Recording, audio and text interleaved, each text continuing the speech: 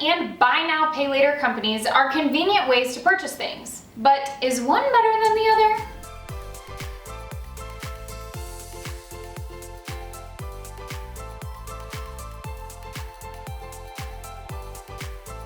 They both don't make you pay the full balance right away, so aren't they basically the same? While both credit cards and buy now, pay later apps don't make you pay the full amount right away, they both have very different ways of actually collecting your money. Credit cards, for example, offer you benefits that buy now, pay later doesn't. You can get rewards and travel credit, and best of all, you can build your credit score. Even though buy now, pay later programs are technically point of sale loans that you take out to cover the cost of your purchase, even if you make on-time payments, they're not going to be reported to the credit bureaus. And that's pretty lame considering the fact that it's technically a line of credit and they do report you if you miss a payment. So one is a new line of credit that can basically only hurt you, and one will help you build your credit. Seems like a no-brainer, but there are still a few other things to consider. Anytime you buy something with a credit card, you want to make sure you pay back that balance on time. There's two reasons for this. Not paying on time hurts your credit score. That's because those missed payments will be reported to the credit bureaus. And two, if you don't pay your full balance every single month, interest will accrue, which means you're paying more for your purchases over time. This is where buy now, pay later can have a leg up, because most buy now, pay later companies don't charge interest, but some do, so make sure you read the fine print. When you pay interest on your credit card balance, you pay more than you originally purchased that item for in the first place. So your $100 payment can easily become a $115 payment in no time, or worse. And it's important to know your card issuer's terms, because some charge interest daily.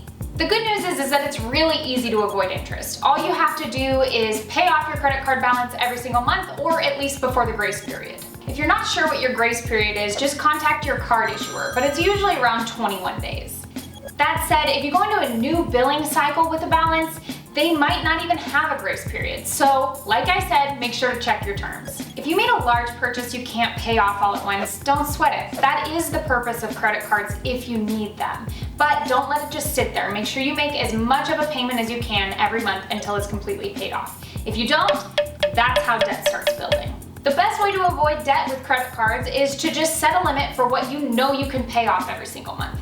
Never spend more than what you can afford right now. One of the major benefits of using credit cards over buy now, pay later is that you get benefits that buy now, pay later just simply doesn't have. For example, you can get a card that has travel rewards and cash back rewards that you can earn points, cash, and miles to be able to use in the future. We have access to all of the cards that you might be interested in, including business, secured, student, travel. It's a long list. Check it out in the link below.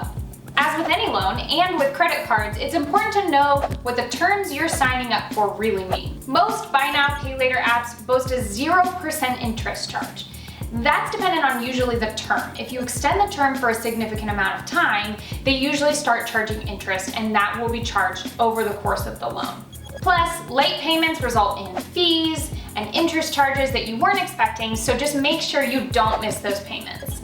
Keep in mind that unlike credit cards, buy now, pay later options won't build your credit, but they can hurt your credit if you miss a payment. Plus, you're only paying for the original purchase. You don't get any rewards, cash back, or travel perks. The only real advice we can give you when it comes to these two different options is very simple. That is, 1, plan your budget to accommodate that payment, and 2, write down your payment days so you don't miss them. Whether you're using buy now, pay later or a credit card, if you miss a payment, it will hurt your credit score. So either way, you want to make sure you don't do that. The good news is we can help you with a lot of this. If you go to creditanddebt.org, you can sign up to talk to a coach absolutely free. These coaches will help you create a budget, pay off debt, increase your credit score, whatever financial advice you need, we have for free. We also have credit cards, so if you're gonna opt out of buy now, pay later, you can also sign up for credit cards. We have options for great credit, bad credit, poor credit, decent credit, fair credit. You get the picture. If you have questions about buy now, pay later, drop them in the comment boxes, and if you have experience with it that you'd like to share, we'd love to know about it. Thanks for watching Ask Abby. We'll see you next time.